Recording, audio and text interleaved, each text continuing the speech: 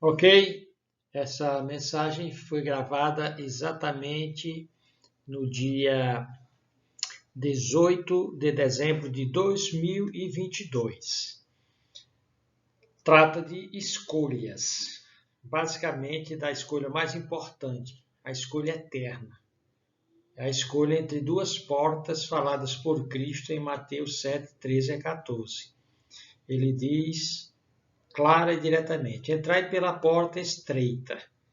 E você vê aí uma ilustração colocada nesse primeiro slide, aonde há uma portinha estreita. A estreiteza fala da dificuldade. Só entra nela quem se determina, quem pensa nas implicações e nas consequências de entrar nela. Porque essa porta, ela tem uma identidade única e exclusiva.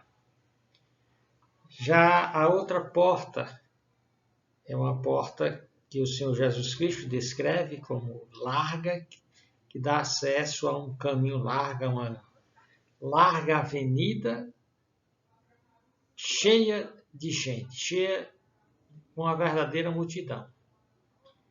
Essa porta larga é a entrada das pessoas nesse planeta pelo nascimento.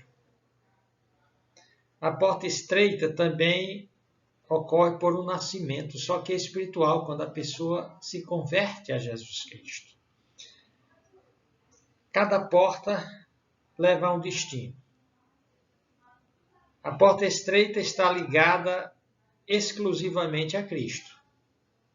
A porta larga está ligada intransferivelmente ao inferno, porque ela dá acesso ao caminho do inferno, que é o caminho largo e espaçoso. Então, no versículo 13, o Senhor Jesus Cristo diz: largue a porta e espaçoso o caminho que conduz à perdição. E muitos, a grande multidão, vai por esse caminho, em direção a um final triste, infeliz. A segunda porta, ela se dirige a uma pessoa, a uma vida radicalmente transformada, representada por um caminho estreito. Então, se prepare para você decidir se você quer continuar na avenida que é sempre descendo, deslizando, fácil no sentido de que você não tem de ficar com problemas de consciência, você vai fazendo o que lhe dá vantagem. Você vai fazendo aquilo que parece o que dá mais lucro, dá mais prazer, sem se importar com o custo depois. Por isso leva à perdição. E essa perdição, na definição de Cristo, é o inferno.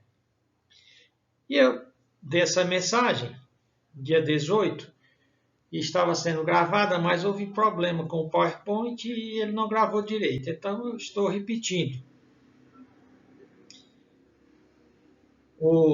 Estava vendo um pequeno vídeo, o Felipe Pondé sendo entrevistado, e a entrevistadora pergunta a ele acerca do diabo e do inferno. Então, Felipe Pondé, que dizem que é um filósofo brasileiro, ele diz de uma forma inesperada e não usual para um filósofo fazer declarações que ele não pode provar com argumentação, nem com prova, nem com teste. Ele diz: não, eu tenho certeza que o inferno e que o diabo são criações do homem. Como é que ele pode dizer isso? Que testes ele fez? E quando pedem para ele argumentar, a argumentação dele é ridícula e não é consequência de premissas lógicas e ele usa aquelas palavras para quem não sabe o que está dizendo, parece, é possível, pode ser. Então, baseado nisso, eu quero mostrar aqui que essa escolha eterna é importante, apesar do que falsos mestres, falsos pensadores, como Philippe Pondé, que diz que assegura com certeza que o inferno é criação da mente humana, é uma figura, nós vamos ver que o inferno não é uma criação humana, assim também como a vida eterna, a vida nos mundos gloriosos de Deus, não são uma criação humana. Então, antes de dar a tese para a nossa mensagem, deixe-me orar. Senhor Deus, nosso Pai, essa mensagem foi dada ontem e, ou, de alguma forma, o inimigo das nossas almas, o diabo, que é um personagem real, é um ser pessoal, maligno, terrível, que tenta atrapalhar e arrancar a semente do evangelho do coração das pessoas. E, de alguma forma, Senhor Deus, ontem essa mensagem não pôde chegar ao coração das pessoas da internet, só para os que estavam presentes. Mas pedimos, Senhor Deus, que eu consiga fazer essa gravação agora e que esta mensagem venha salvar muitas almas. Isso eu te peço em nome de Jesus Cristo. Amém. Muito bem, a tese desse estudo é o propósito, é o objetivo. Por que estamos dando essa mensagem? Uma das causas é para ajudar pessoas, como o Philippe Pondé, espero até que ele assista. Ele é um rapaz brilhante, muito inteligente em muitas áreas. Mas como a filosofia sempre se borra toda, sempre cai na loucura, usando a palavra do Olavo de Carvalho, na imbecilidade, quando ela tenta falar do metafísico, do espiritual, quando ela tenta falar de Deus, na maioria das vezes, ela se equivoca. Ela faz declarações absurdas, porque ela está tratando do que ela não tem ferramentas para averiguar, para cavar. Então, nós quando tratamos na teologia, nós estamos tratando daquilo que Deus revelou e que, através da história, da ciência, tem se confirmado.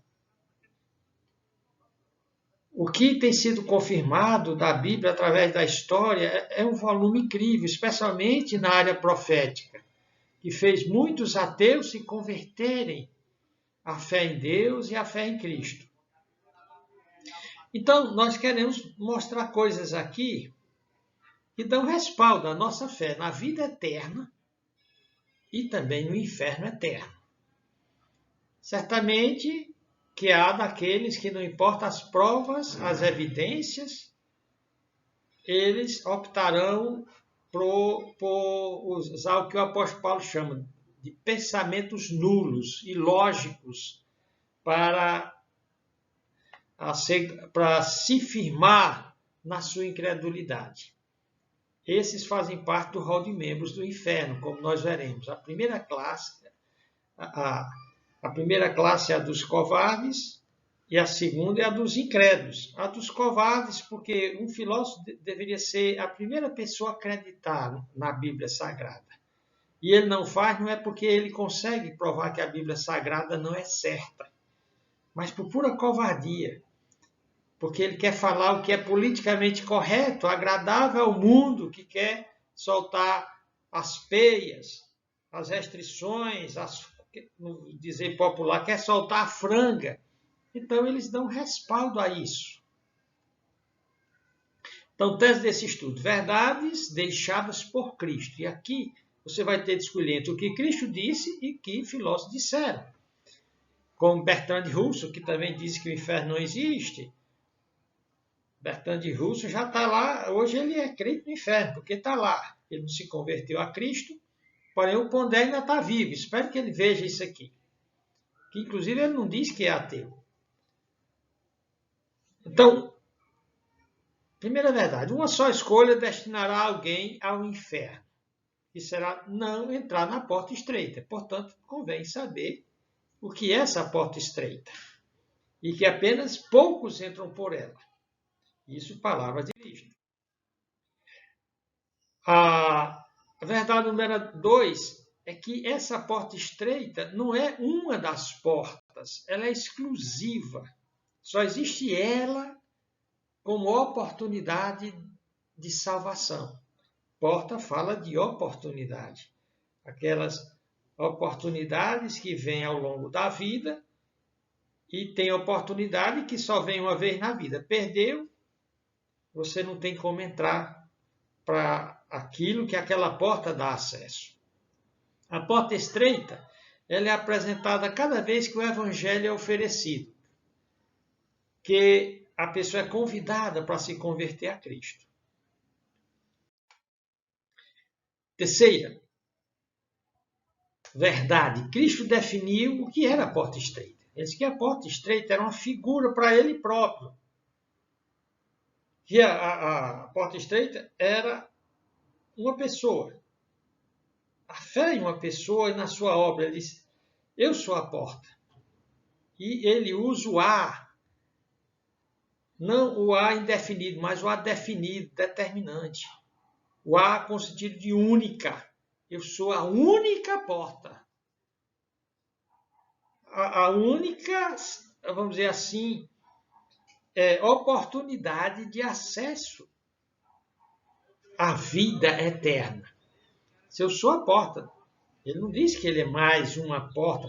Aqui próximo da nossa igreja tem uma igreja chamada Maria, Porta do Céu. Com certeza não é o céu falado por Jesus nem pela Bíblia, porque Cristo, eu sou o caminho, a verdade e a vida, e ninguém vai ao Pai senão por mim. Ele diz, eu sou a porta. Olha o que é dito aí no versículo em João 10:9. Eu sou a porta. Se qualquer outra porta é falsa. Eu sou a porta.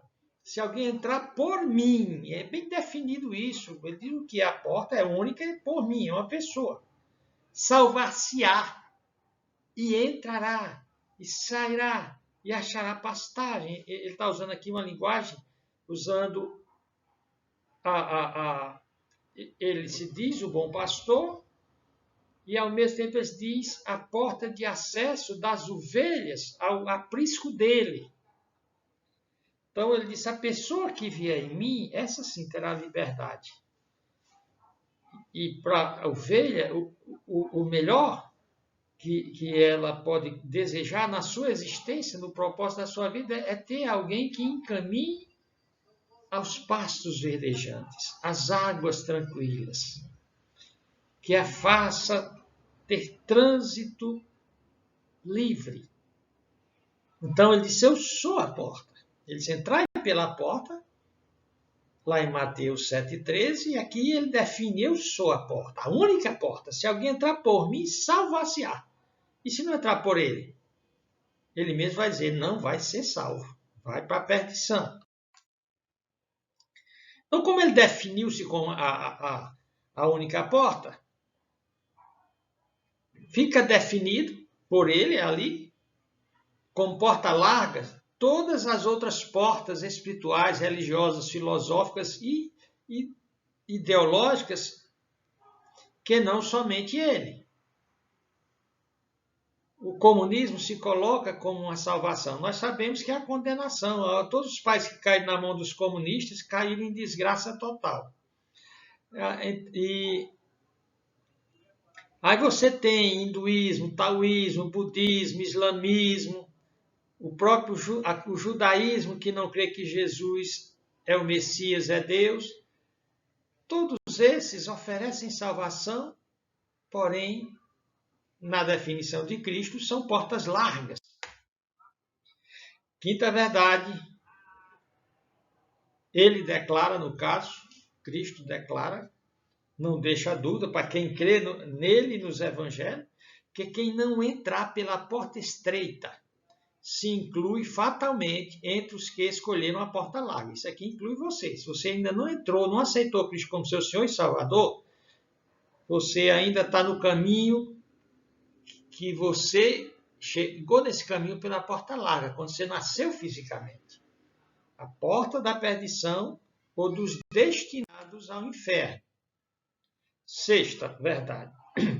A partir da declaração de que os que usarem outras portas, que não ele somente, que não Cristo, irão para uma perdição eterna, então ele passa a descrever o inferno, não como uma figura de linguagem para amedrontar as pessoas, como deu a entender o Pondé. O inferno é uma figura de linguagem regulativa da moral, não é um lugar real, o diabo não é um lugar real. Ele chega até a dizer uma asneira que é como se o diabo tivesse sido criado primeiro do que Deus, o inferno, devido às circunstâncias de coisas ruins que tem na Terra, que tudo é uma criação humana.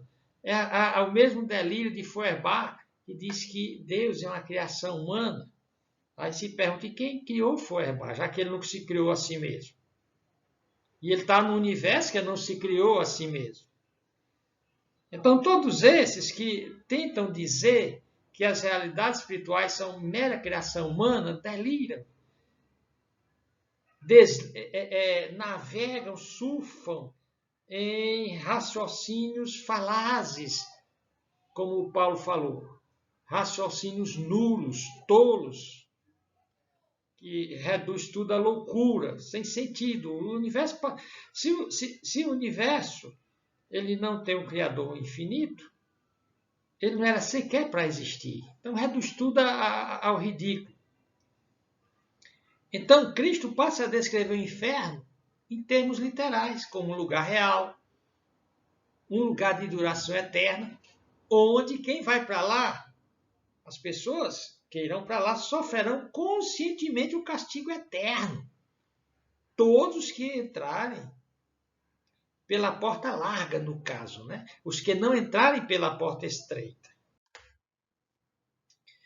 Sétimo, veremos pelas descrições vívidas, são muito claras, dá quase para você sentir o gemido, o grito, a agonia das pessoas no inferno. Ele é detalhista, assim como um romancista que vai descrever um local e fala das árvores, do cheiro, das cores, dos sabores, das sensações. Cristo, ele trata o inferno como um desses romancistas. Não romancista, porque aí o inferno seria o contrário de um romance. Seria como um conto de terror, como esses filmes de ficção de terror que descrevem cenas dantescas. Cristo aqui não está falando de uma ficção, ele não está falando de algo meramente para meter medo, embora ele disse que devemos ter medo do inferno, mas devemos ter mais medo do inferno do que de qualquer outra coisa capaz de matar o corpo humano. Então, veremos pelas descrições vívidas e claras que Cristo faz do inferno, que dá quase que para sentir o inferno, que o inferno é um lugar real, a ser evitado acima de tudo. E ele descreve isso por amor, para que você não vá para lá, para lhe alertar, para lhe tirar do deboche feito pelo Pondé, dizer, não, o inferno é criado pelos homens. Então, quem é que tem razão? O Pondé ou Jesus Cristo? Claro que eu prefiro ficar com Jesus Cristo.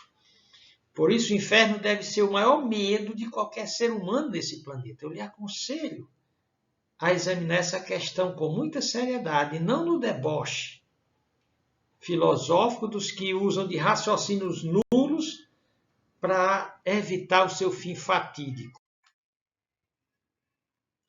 Então, no primeiro ponto, eu vou aqui colocar razões porque o inferno é tão real quanto Cristo. Dante Alighieri, ele escreveu 3 livros contando essa realidade do mundo após morte. Ele escreveu um livro sobre o inferno. Ele escreveu um livro sobre o purgatório, porque ele escreve em face do seu constrangimento com a Igreja Católica Romana, que criou esse lugar fictício. Aí o purgatório é uma ficção aberrativa, absolutamente antibíblica. Toda a Bíblia, Jesus Cristo só fala, especialmente Jesus Cristo só fala ou de céu ou de inferno, nunca ele fala de purgatório. Então, o Dante Alighieri, ele faz 3 novelas, uma descrevendo o inferno, outra descrevendo o purgatório e outra descrevendo o céu. Na novela que ele escreve sobre o inferno, ele imagina o inferno como tendo um letreiro, uma inscrição na porta do inferno, com as seguintes palavras: abandonai toda esperança, vós que aqui entram. Abandonai toda esperança, vós que aqui entrais, no caso aí. Vós que aqui entrais. Porque essa é a definição do inferno.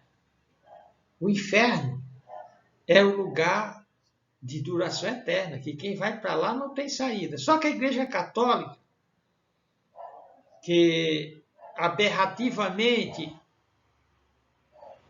cria dogmas fora do que a Bíblia diz, e até contradizendo a Bíblia, o purgatório zomba da cruz de Cristo, porque a Bíblia diz que o único purgatório purifica. A palavra purgatório significa purificatório.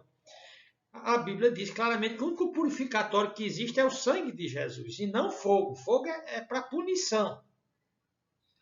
Lá em 1 João 1,7 diz que o sangue de Jesus nos purifica de todo o pecado. Não sobra nenhuma gota, nenhum pecadinho para ser purificado por fogo. Fogo, na Bíblia, é para punição. Então, eu vou refletir aqui. O cristão pensa, e pensa com sabedoria real. Então, razões porque o inferno é tão real quanto o Cristo. Primeira, se o inferno não é real, Cristo também não é. Ou os dois ficam de pé, ou os dois caem juntos. Por quê? Primeiro, a Bíblia defende a realidade e historicidade dos dois como coisas reais que existem. A Bíblia descreve: se um for apenas metáfora, ou artifício, ou invenção para regular a moralidade humana, então também Cristo é apenas um mito, como alguns dizem, criado para regular a esperança humana. Então, diante da maldade humana, a humanidade precisava ter uma esperança. Então, vamos criar aqui um mito, uma figura que não existe, mas que ela tem um valor regulatório da esperança humana. Então, mas a Bíblia assevera os dois. Não tem como você segurar Cristo e soltar o inferno, mediante o que Cristo disse. Voltando aí à frase do Dante: abandonai toda esperança, vós que aqui entrais. Isso é baseado no que Cristo disse. Ele não disse essas palavras, mas isso aqui poderia ser o resumo do que Cristo ensinou.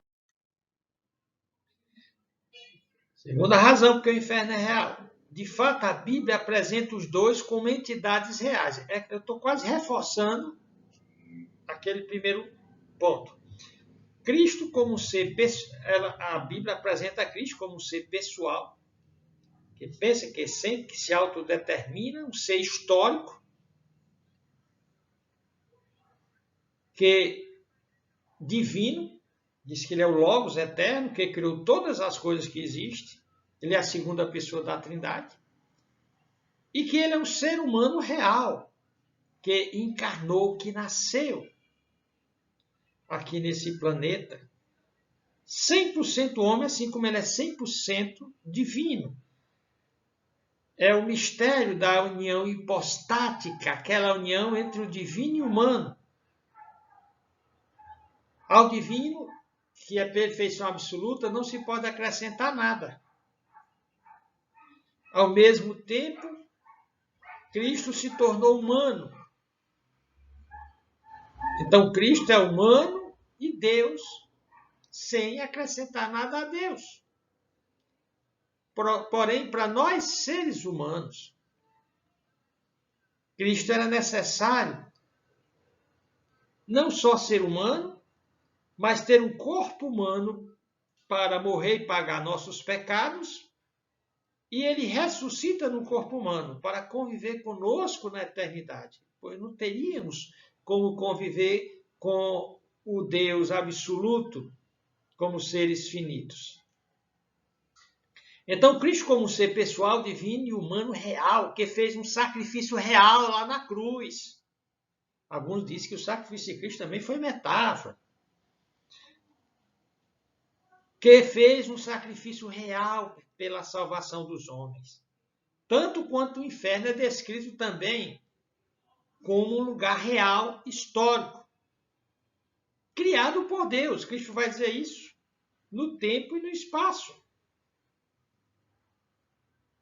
Um lugar histórico e de duração eterna, que será o destino final dos perdidos ou dos que não escolheram a porta estreita como passagem para o céu. Terceira coisa, sem um inferno eterno, não há punição adequada para o pecado. Por quê?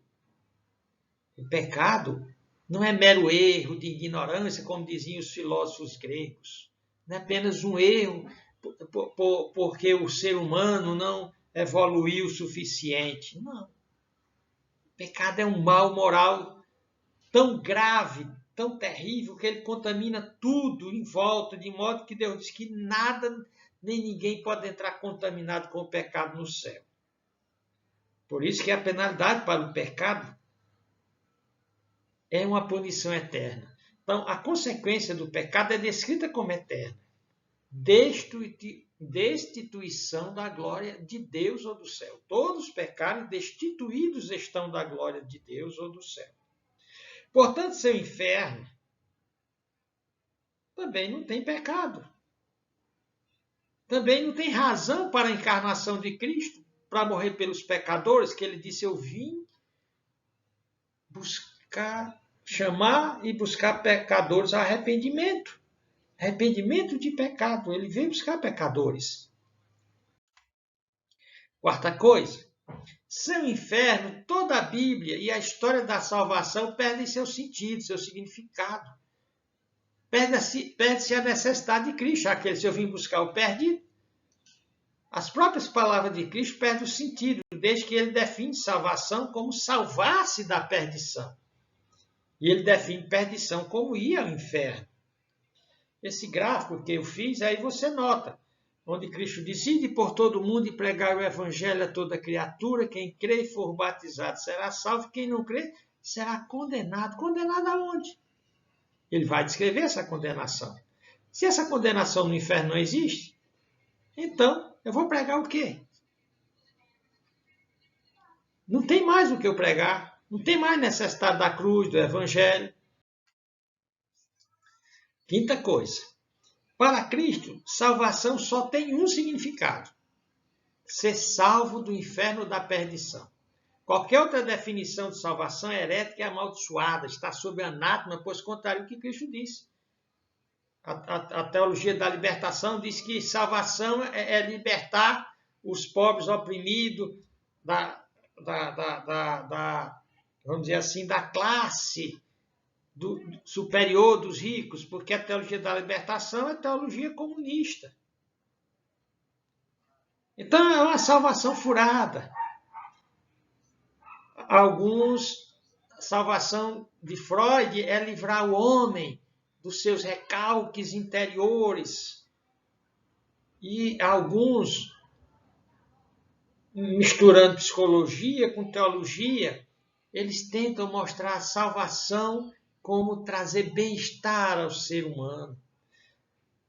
Só que Cristo deixa bem claro: eu vim salvar da perdição, eu vim salvar do inferno. Foi por isso que eu sofri os cravos, foi por isso que eu fui crucificado. Sexto, portanto, quem escolhe acreditar que a Bíblia é verdadeira, em todo o seu conhecimento que revela que a Bíblia não é só para ser crida como uma experiência emocional, estática, ela é conhecimento que eu abraço ou rejeito. Ou eu abraço tudo, ou se eu pego só uma parte, eu acabo rejeitando tudo. O Tiago diz que quem fala num só ponto se torna culpado de todos. E Cristo diz: quem comigo não ajunta, espalha. Quem não concorda comigo, quem não crê no que eu disse, não é minha ovelha. Então, portanto, quem escolhe acreditar que a Bíblia é verdadeira, em todo conhecimento que revela, não poderá deixar de acreditar que o único jeito de evitar o inferno é a porta estreita, representada pelo Cristo encarnado, que por obra expiatória, ou seja, que expia, que purifica o pecado, e vicária, que substitui o pecador no lugar de o pecador ser condenado. Cristo foi condenado por ele, sofreu o inferno por ele na cruz. Acreditar nessa obra, que Cristo morreu na cruz para pagar nossos pecados. E que foi lá que ele tirou nossas culpas, que nos leva ao inferno. E então nos fez entrar no caminho do céu. Segunda coisa, o Pondé disse que o inferno não era real. Nós começamos a refletir, vamos dizer assim, raciocinando acerca do que a Bíblia diz sobre o céu e o inferno, sobre a teologia da salvação, mostrando que o inferno é real. Depois nós vamos ver textos onde Cristo descreve o inferno. Mas alguns dizem que Cristo não existiu. Porque Cristo também, como o Pondé diz que o inferno é uma metáfora, uma figura criada para meter medo das pessoas, algumas pessoas dizem que Cristo também não é real.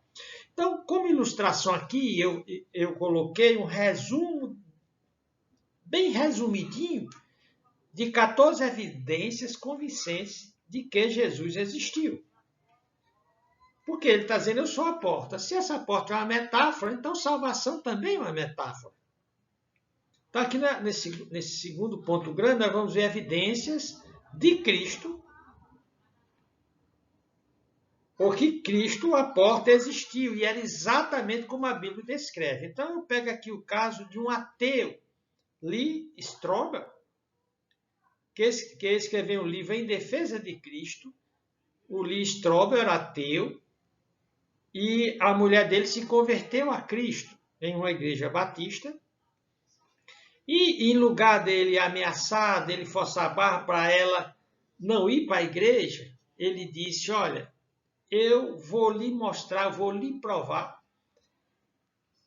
Ele era jornalista formado, famoso, não tão famoso como depois, mas era um investigador. Se eu vou entrevistar, eu vou fazer uma pesquisa para lhe mostrar que Jesus Cristo não é real, que Jesus não ressuscitou, que não tem Deus. E então ele começa essa pesquisa para destruir a fé em Cristo, especialmente a fé da esposa. E ele baseou a sua pesquisa nas perguntas tipo: existe alguma evidência de que Jesus existiu? Que tipo de evidência e quão confiável essa evidência é? Por isso que ele vai para as maiores autoridades nos vários ramos do saber. Existe alguma prova de que Jesus era uma pessoa real?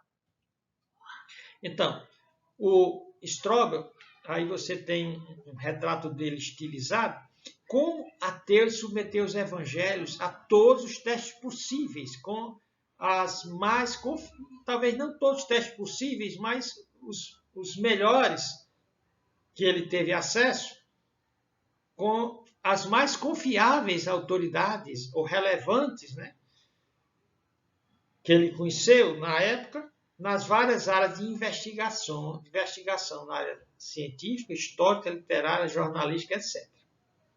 E o resultado é que ele se converteu a Cristo. E ele escreve esse livro em defesa de Cristo, que depois virou filme. Então vamos ver as conclusões deles. E eu só vou ler para não perdermos tempo. Então, primeira evidência, segundo ele. As biografias de Jesus, os evangelhos, podem ser confiáveis. Porque ele vai dar vários argumentos, mas um dos principais, não só dele, é que existem em torno de uns 1000 manuscritos antiquíssimos, próximos a Jesus Cristo, que esses manuscritos, no geral, eles são harmônicos, uma coisa que seria impossível se eles não fossem produzidos sobrenaturalmente. Mas ele mostra lá que os relatos da vida de Cristo nos evangelhos foram feitos por testemunhas oculares que morreram, não só porque escreveram esses evangelhos, mas porque asseguraram que tudo era verdade, especialmente que ele tinha ressuscitado. Então essa é uma prova que Jesus era real. Ninguém iria morrer por uma mentira. Segunda coisa, as biografias de Jesus estão sob exame e passam nesse exame. Que os evangelhos se harmonizam nos pontos principais, enquanto divergem em pontos pequenos. Sugere que os autores são confiáveis. Os contornos gerais da história de Jesus são factualmente precisos. Também a igreja primitiva não poderia ter prosperado em Jerusalém como aconteceu se os evangelhos tivessem sido exagerados ou inventados. Todos saberiam que os discípulos estavam mentindo, mas isso é prova suficiente de que Jesus... Ele pergunta, mas isso é prova suficiente de que Jesus existiu? Mas veja bem, aquele núcleozinho de discípulos, a maioria humildes, eles explodiram na maior força religiosa do mundo, baseando-se na figura histórica de Jesus Cristo, na sua obra na cruz. Se isso fosse inventado, não teria como eles terem saído, porque apareceram muitos salvadores semelhantes a Jesus Cristo na Judéia. Muitos messias, mas nós vamos ver que eles não se enquadravam. Jesus Cristo é único em todos os aspectos que você imaginar. Nós vamos ver que ele cumpriu mais de 300 profecias que ninguém mais poderia cumprir até o dia de hoje, ou se o mundo ainda viver bilhões de anos, ninguém poderia se encaixar naquelas profecias. Terceiro, o texto das biografias de Jesus não foi alterado ou adulterado por autores posteriores. Isso ele entrevista autoridades como esse Bruce Metzger, que é conhecedor desses milhares de manuscritos preservados do cristianismo. Fontes seculares atestam a existência de Jesus. Entre elas, Joséfo, um judeu que nem era cristão, quase contemporâneo de Jesus, ele diz que Jesus Cristo foi um personagem real que existiu lá na Judéia, cujos ensinos eram maravilhosos, cuja vida era maravilhosa, cujos milagres só podiam ser feitos por Deus. E outras personalidades, né, que tem outros livros mostrando da história que corroboram para a existência de Jesus Cristo como real. Sexto, o registro arqueológico também corrobora as biografias de Jesus, que são 4. Mateus, Marcos, Lucas e João. Nenhum achado arqueológico refutou o Novo Testamento até hoje. O livro de Lucas é tido como a obra histórica mais bem documentada que existe. Se os evangelhos, 4, não fossem verdade, seria como o livro de Mórmon. O livro de Mórmon é todo invenção, não tem base arqueológica nenhuma. Eles inventaram lugares, pessoas. E outros livros aí que você nota que não chega nem aos pés do Novo Testamento. Certo, o Jesus histórico é o mesmo que Jesus Cristo. A evidência de que Jesus existiu para o relato dos evangelhos é muito mais robusta e convincente do que para as teorias de que Jesus não existiu. Aí ele vai trabalhar em cima disso. Jesus acreditava que ele era o Filho de Deus. Alguns não só negam que Jesus existiu, mas diante dos fatos de que ele existiu, diz, mas ele nem sequer acreditava que era Filho de Deus. Mas quando nós vamos para os textos do Evangelho, vemos isso. Nono, eles dizem que não há, aliás, aqui a nona evidência, não há nenhuma evidência de que Jesus Cristo surgira, não há nenhuma evidência que Jesus Cristo era mentalmente perturbado, como alguns disseram. Então, o Strobel foi para várias autoridades nessa área de saúde mental, e eles dizem que Jesus Cristo é a pessoa mais sã mental e psicologicamente que existe. Temos até aqui um psicólogo, Augusto Cury, que ele apresenta Jesus Cristo como a pessoa mais sã que já existiu nesse planeta.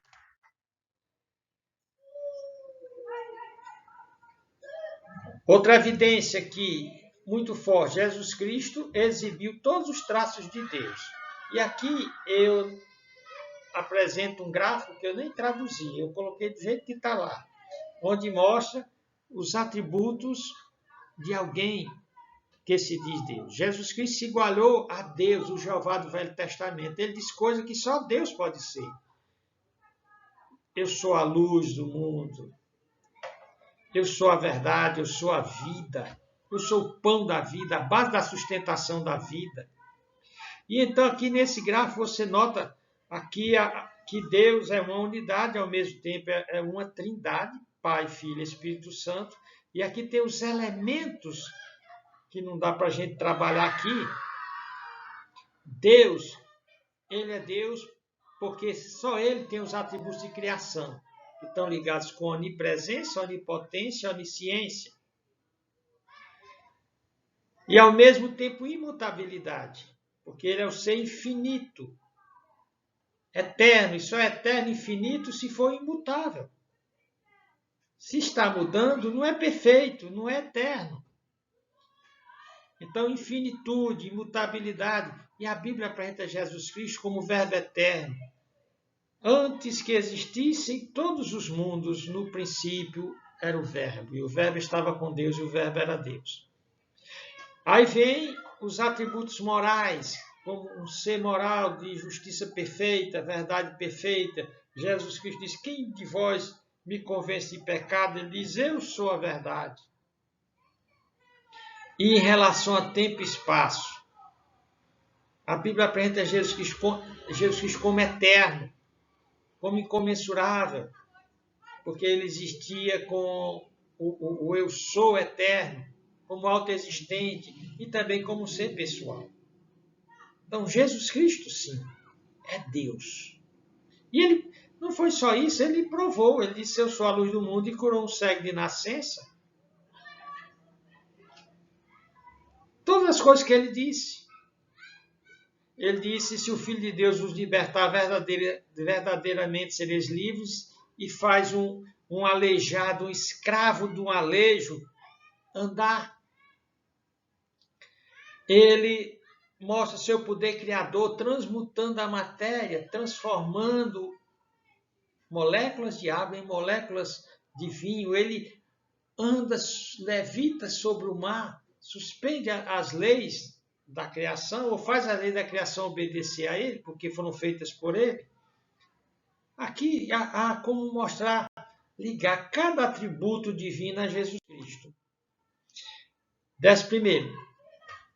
Ao contrário dos pretendentes, antes ou depois, Jesus correspondia a todos os atributos do Messias. Não vou mais tecer muito comentário aqui, porque o vídeo vai ficar extremamente longo, mas das mais de 300 profecias e previsões que diziam como reconhecer o Messias, ele preenche todas elas. Que Jesus morreu na cruz. Alguns negam que Jesus morreu na cruz, que ele teve um desmaio. Então, os céticos da ressurreição tentaram explicar a ressurreição de Jesus, alegando que ele nunca morreu na cruz, ele foi tirado pelos discípulos.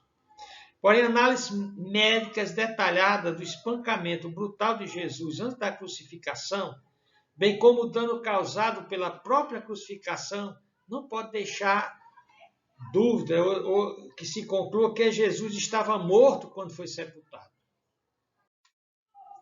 E o sepulcro vazio, que é histórico, e que foi presenciado, a ressurreição dele, que foi primeiramente presenciada por mulheres, seria um registro completamente impróprio naquela época. Se eles queriam engrandecer a Jesus Cristo, as mulheres não poderiam ser as testemunhas primárias. Então, se os autores do Novo Testamento estivessem inventando a coisa toda, eles, sem dúvida, teriam feito com que os homens descobrissem o túmulo vazio. O testemunho das mulheres não era admissível nos tribunais judaicos da época. Ele morreu realmente pelos nossos pecados, ele ressuscitou, e só será salvo quem crê nele. E o inferno é real? Foi o que Jesus Cristo disse. Cristo definiu e descreveu o inferno como lugar real a ser temido. Primeiramente, Cristo mostrou que a porta estreita envolvia a escolha mais importante da vida: salvação eterna ou perdição eterna. Ele diz: entrai pela porta estreita. E se eu não quiser entrar? Se eu quiser a outra? Então ele diz: porque larga é a porta, espaçoso o caminho que conduz para a perdição, e muitos são os que entram por ela. Porque estreita é a porta e apertado o caminho que leva à vida, e poucos há que a encontram. Então, está claro, Cristo fala de uma perdição. E que perdição é essa? Aí Cristo aqui novamente, ele documenta, ele faz um documentário, ele abre uma cena dentro do Hades, que é a antessala do inferno, que é o lago de fogo.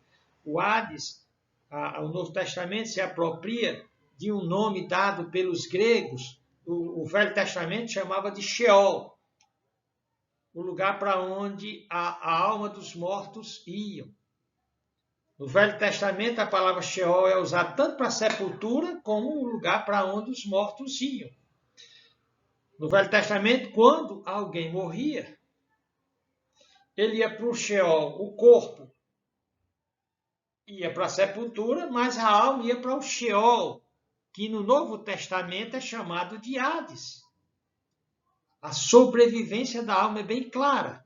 E então Cristo aqui, para mostrar que o inferno é real, ele abre um flash dentro do Hades. O Hades era dividido em duas partes, separada por um abismo. O seio de Abraão, que era onde iam os salvos do Velho Testamento, e o Tártaro, para onde iam os perdidos. E aqui, com Rico e Lázaro, Cristo mostrou que a melhor vida material, no caso do rico na terra, não valerá a pena depois de uma morte em estado de perdição. Lendo o texto. E aconteceu que o mendigo morreu, e foi levado pelos anjos para o seio de Abraão. E morreu também o rico e foi sepultado. E no Hades, palavra equivalente, Sheol, ergueu os olhos, mostrando que Hades e Sheol, como diz os testemunhos de Jeová, que não creem no inferno também, e os adventistas, que o Hades não significava só sepultura. Então, no Velho Testamento, o Hades lá, que no hebraico é Sheol, significava não só sepultura, mas também, que é o onde o corpo, significava também o lugar para onde iam as almas. Então, isso lá no Hades ou no Sheol, aquele homem rico, que não foi para o inferno por ser rico, mas por ser perdido, né? Ergueu os olhos. Então você nota aqui almas que são capazes de ver. Os olhos é possível que seja sentido metafórico. A alma continua vendo. Ou então o corpo continua com uma aparência. A alma ela tem uma aparência similar ao corpo. Então, aqui nós estamos vendo almas, que os espíritas chamam de fantasma, mas espírito não volta aqui na Terra. Quem aparece em sessões espíritas são demônios. Porém, aqui são fantasmas, são fantasma ou a alma do rico.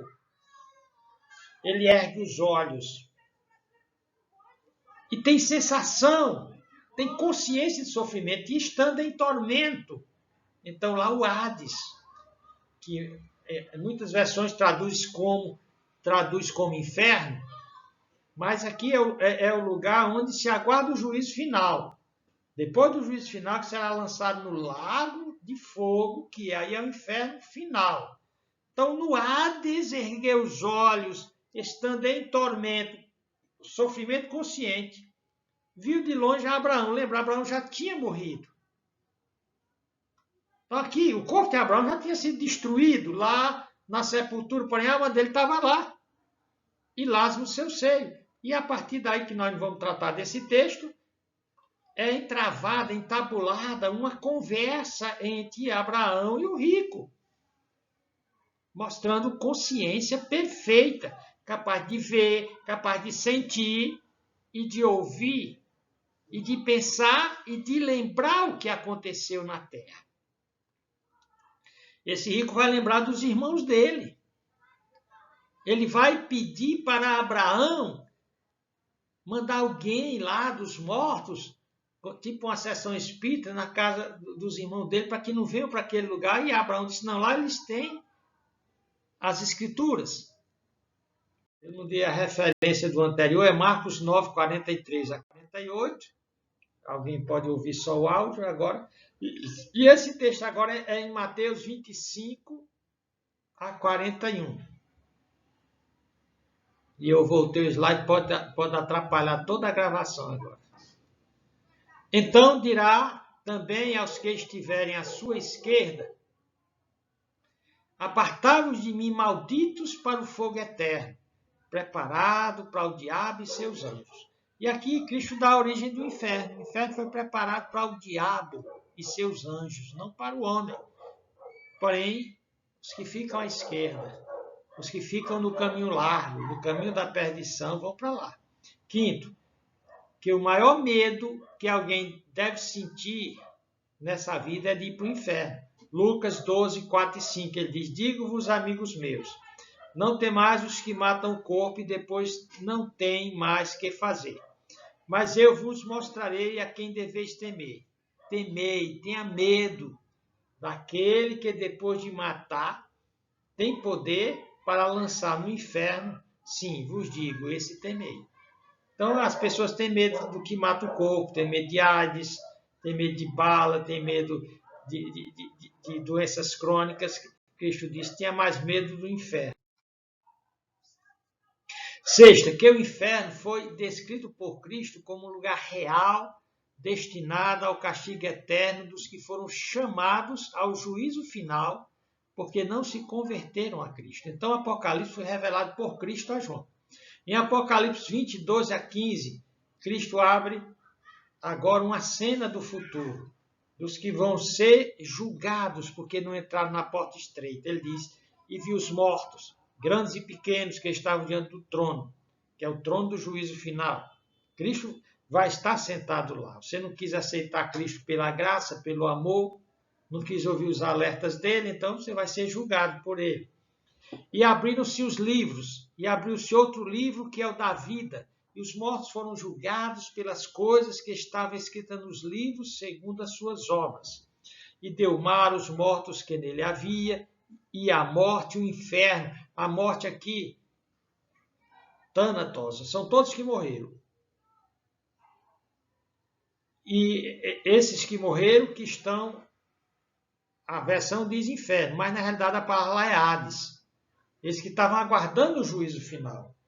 Então a morte e o Hades, ou seja, o seu conteúdo, as pessoas perdidas, estarão lá agora na frente do Jesus, que agora não está como Salvador, mas como juiz. E a morte e o inferno deram os mortos que neles havia e foram julgados cada um. O juiz é personalíssimo, é intransferível. E cada um, para quem não aceitou Cristo, quem aceitou Cristo, o juízo foi transferido para Cristo. Mas quem não aceitou Cristo vai ser julgado. E foram julgados cada um segundo as suas obras. Não quis ser salvo pela graça, será julgado pelas obras. Dizia a morte e o inferno, ou seja, o Hades, essas pessoas foram lançadas no lago de fogo. Aqui é o inferno propriamente dito. O lago de fogo é equivalente a um lago d'água. Um lago de água é formado de água cercada por terra. Aqui, o de fogo é fogo cercado por trevas. Então, essa é a segunda morte. E aquele que não foi achado escrito no livro da vida, dos que se converteram a Cristo, foi lançado no lago de fogo. Sétimo, que Cristo dá o rol de membros do inferno. Entre eles, os incrédulos, os que não creram em Cristo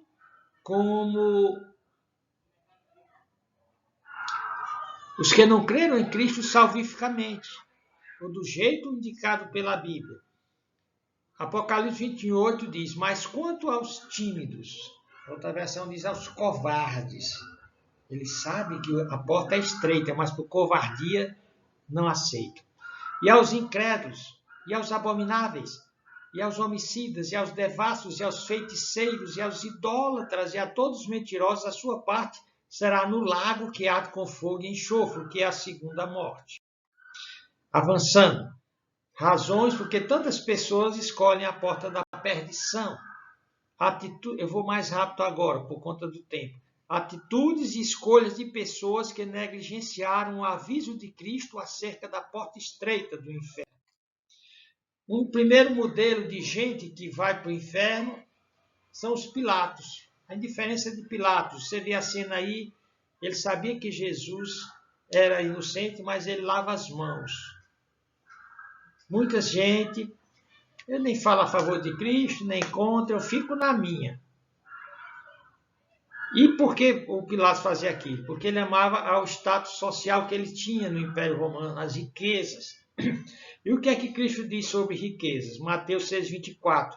Ninguém pode servir a dois senhores, porque ou há de odiar um e amar o outro, ou se dedicará a um e desprezará o outro. Não poderia servir a Deus e a Mamon, o Deus das riquezas. Ainda a indiferença de Pilatos é visto aqueles que dizem até, não, Cristo foi um grande profeta, mas eu prefiro a minha religião. Então, com Cristo não há meio termo, e nem caminho do meio, como é no budismo. Né? Ele diz que a salvação está no caminho do meio. E tem a autoindulgência, fazer o que a carne quer, e a autonegação, negar a carne. Então, o Buda dá 8 passos para a iluminação e salvação da alma. Na realidade, é a porta larga do diabo. O taoísmo, ele criou um dualismo que é chamado Yin e Yang. Uma parte preta, uma parte branca. O Yin representa trevas, preto, passivo, feminino, frio, fraco, para baixo e mal. O Yang representa luz, branco, ativo, masculino, quente, forte. Ou seja, eles colocam um círculo e divide o círculo em preto e branco. Dentro do preto tem uma bola branca, dentro da bola branca tem um círculo preto. Ele diz que há uma divisão entre mal e bem, mas no bem tem mal e no mal tem bem. Novamente, é uma espécie de caminho do meio. E uma maneira de se desviar de Cristo. Então, em Mateus 12:30, Cristo diz, quem não é comigo é contra mim. E quem comigo não ajunta, espalha. Então, nós vimos que as portas largas são as religiões ou as crenças, ideologias e filosofias anticristãs.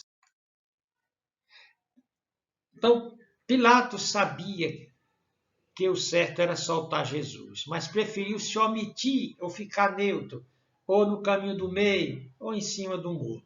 Em Tiago 4,17 ele fala do pecado de omissão.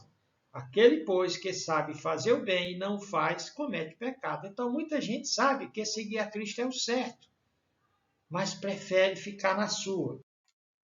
Sexto, corrupção religiosa. Aqui vem a corrupção das religiões, até mesmo religiões ditas cristãs, judaicas também, representada aqui pelos fariseus.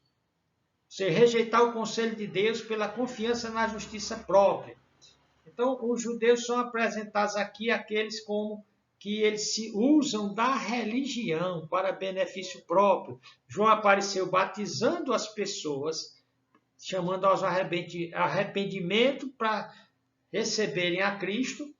Eles não se batizam. Por quê? Por causa da ganância, a simonia, usar a religião para ganho desonesto e para corromper. Eles corromperam Judas com dinheiro. Aqui, o Cristo diz, ai de vós, escribas e fariseus hipócritas, porque percorreis o mar e a terra para fazer um prosélito, ou seja, um seguidor de Jeová, e depois de teres feito, fazeis filho do inferno 2 vezes. O que é que Cristo está dizendo? Que eles estavam no inferno e quem seguia eles iria para o inferno, embora fossem a religião oficial de Israel. Materialismo. E aqui entra os evangélicos, grande parte dos evangélicos de hoje.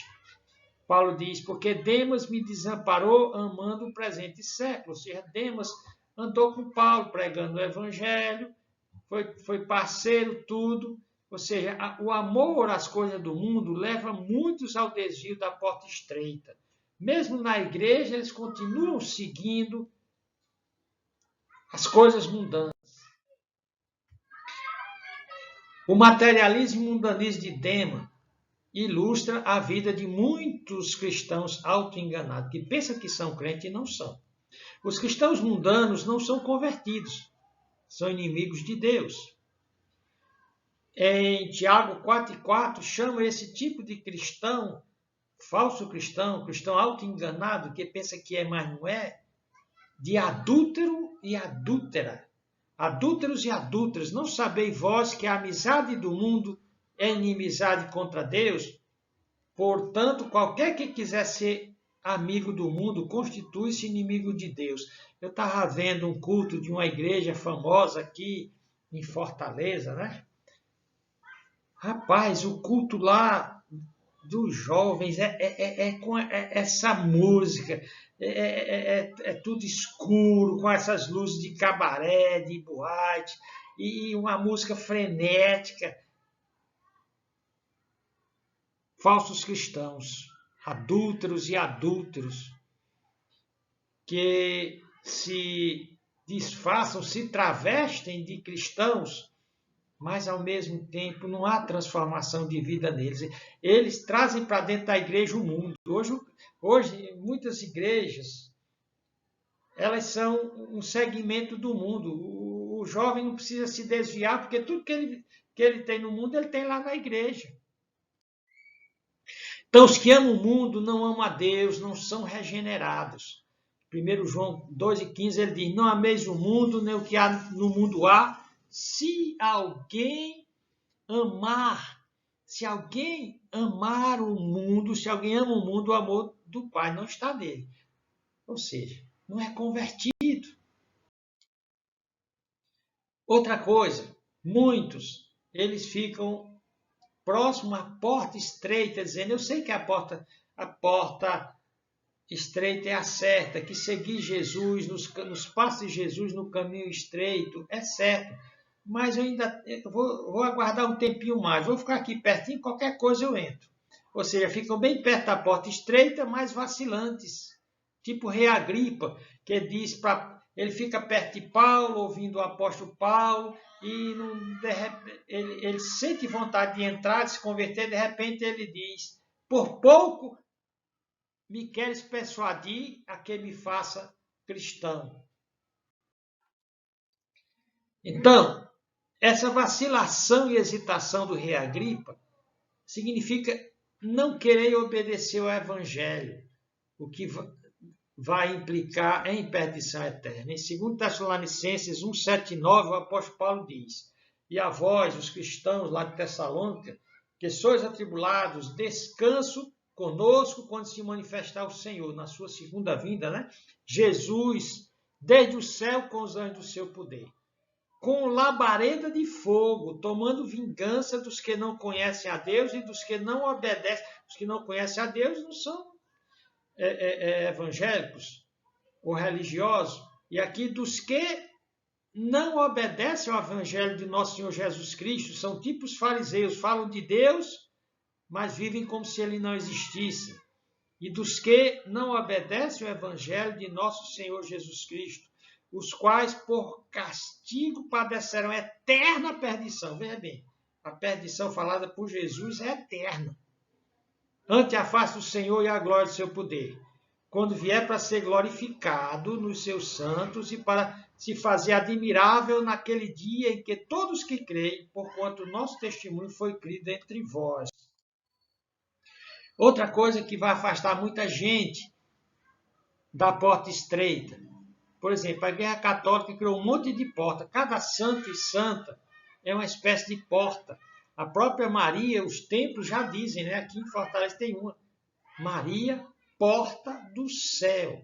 Eles transformaram Maria numa deusa, tipo a deusa Diana dos Efésios.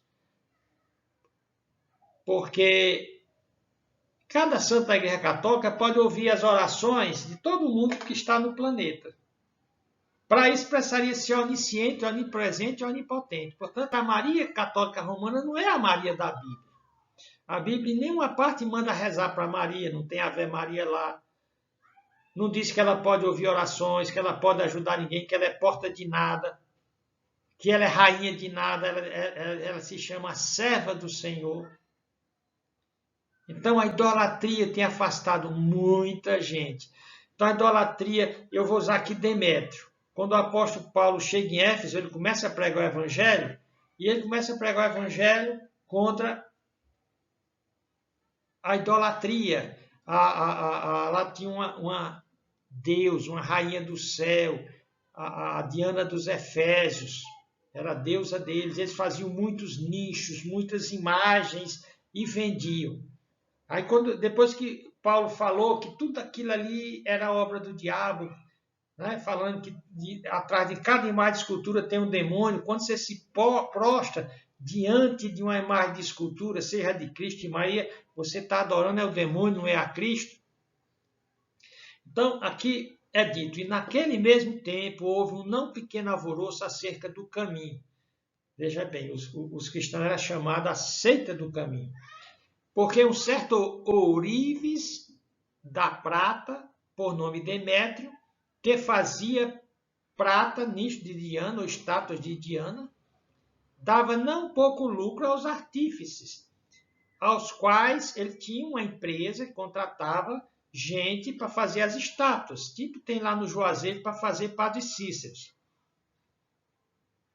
Porque um certo ourives de prata, por nome Demétrio, que fazia de prata nichos de Diana, dava não pouco lucro aos artífices, aos quais, havendo-os ajuntado com os oficiais de obras semelhantes, disse: varões, ou seja, homens, vós bem sabeis que este ofício temos, nesse ofício nós temos a nossa prosperidade. Ficamos ricos com a idolatria, né? A Igreja Católica ficou rica com idolatria. O Vaticano foi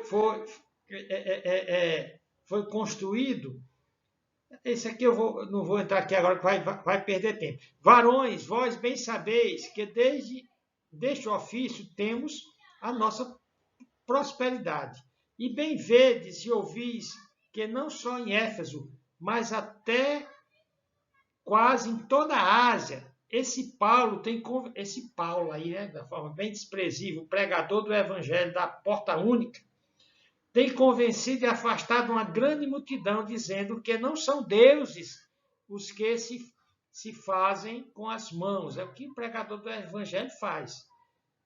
Ele diz que Buda, que Gandhi, que Maria, que esse santo da Igreja Católica eles não atendem ninguém. São ídolos malditos que levam a alma para o inferno. Vamos ver que os idólatras vão para o inferno. Então, o dono lá da empresa, o Demétrio, estava frustrado, porque ia perder o lucro das imagens de escultura. Então, versículo 27, não somente ao perigo de que nossa profissão caia em descrédito, mas também de que o próprio templo da grande deusa Diana seja, aqui é como se fosse o templo da Aparecida, né? Em São Paulo. De que o próprio templo da grande deusa Diana seja estimado em nada, vindo a majestade daquela que toda a Ásia e o mundo veneram a ser destruída. E ouvindo, encheram-se de ira e clamaram dizendo, grande é a Diana dos Efésios. Ou seja, rejeitaram o evangelho pela idolatria de uma deusa falsa, de uma salvação falsa. E encheu-se confusão toda a cidade, e unânimes correram ao teatro, arrebatando a Gaio e Aristarco, macedônios, tal. Então você nota aí que muitos irão para o inferno por conta de idolatria. Por quê? Deus só aceita adoradores verdadeiros do Deus verdadeiro. Ele diz em João 4:24, Deus é espírito, e importa que o adorem em espírito e em verdade, não através de nichos, de estátuas, imagens. Todo idólatra tem sua passagem garantida para o inferno. Apocalipse 21:8. Cristo diz a João, mas quanto aos tímidos, aos covardes, né, aos incrédulos e aos abomináveis, e aos homicidas, e aos devassos, aos feiticeiros, e aqui aos idólatras, qualquer ídolo, qualquer substituto para a porta estreita, para Jesus, faz a pessoa ir para onde? E a todos os mentirosos, a parte que a sua parte será no lago que arde com fogo e enxofre, ou seja, o inferno. Conclusão. Qual a sua decisão em relação à porta estreita ao inferno? Existem muitos cristãos auto-enganados que pensam que são, mas não são cristãos. Todo cristão deveria se examinar para saber se é ou não é verdadeiro cristão. Às vezes pensa que é cristão, mas é um Pilatos, um indiferente, um fariseu corrupto, um materialista mundano como Demas, um vacilante como Rei Agripa, ou um idólatra como Demétrio. Olha o que a Bíblia diz em 2 Coríntios 13:5. Examinai-vos a vós mesmos e permaneceis na fé. Provai-vos a vós mesmos, ou não sabeis quanto a vós mesmos que Jesus Cristo está em vós? Se não é que já estáis reprovados. Então Paulo diz que muito cristão que pensa que é cristão está reprovado. Não passa no teste de verdadeiro cristianismo. Outra coisa, o que verdadeiramente creu entrou pela porta estreita e está salvo. Porém, aos que creram em vão ou inutilmente, Paulo fala desses, que estão reprovados e que creram inútil. Creram de uma forma não salvífica, não se arrependeram de verdade, não entraram pela porta estreita, continuam no caminho largo. Nunca entraram, então, que gostam do caminho largo. Ele diz isso em 1 Coríntios 15:2. Ele diz, também vos notifico, irmãos, o evangelho que já vos tenho anunciado, o qual também recebeste, no qual também permaneceis, pelo qual também sois salvos. Sois salvos o quê? Se retiverdes esse evangelho, tal como vos tenho ensinado, conforme está na Bíblia, se é que não creste em vão. Então se examine. Você está seguindo o evangelho conforme está na Bíblia? Então, as razões pelas quais muitos se perderão, primeiramente, todos os pecados estão destituídos da glória de Deus. E, em segundo lugar, porque os homens amam mais as trevas do que a luz. Outra coisa é que o caminho largo é mais fácil, nenhuma resistência nesse caminho, e Satanás faz parecer suave e fácil. Porque o caminho largo e amplo permite que alguém seja perdido e religioso ao mesmo tempo. Para concluir, qual a sua decisão em relação à porta estreita ao inferno? Entre pela porta estreita, agora, que em arrependimento de pecados, confie em Cristo somente em sua obra na cruz do Calvário, por você e você será salvo. O que é que você decide? Olha o que diz Cristo: ide por todo o mundo, pregar o evangelho a toda criatura.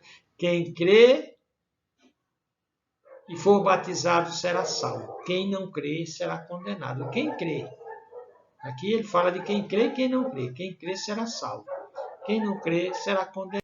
Vamos orar. Senhor Deus, nosso Pai, por essa mensagem, convence as pessoas de que o inferno não é brincadeira, de que o inferno é real e que quem não se converter verdadeiramente a Jesus Cristo irá para lá. Salva a alma, Senhor. No nome de Jesus oramos. Amém.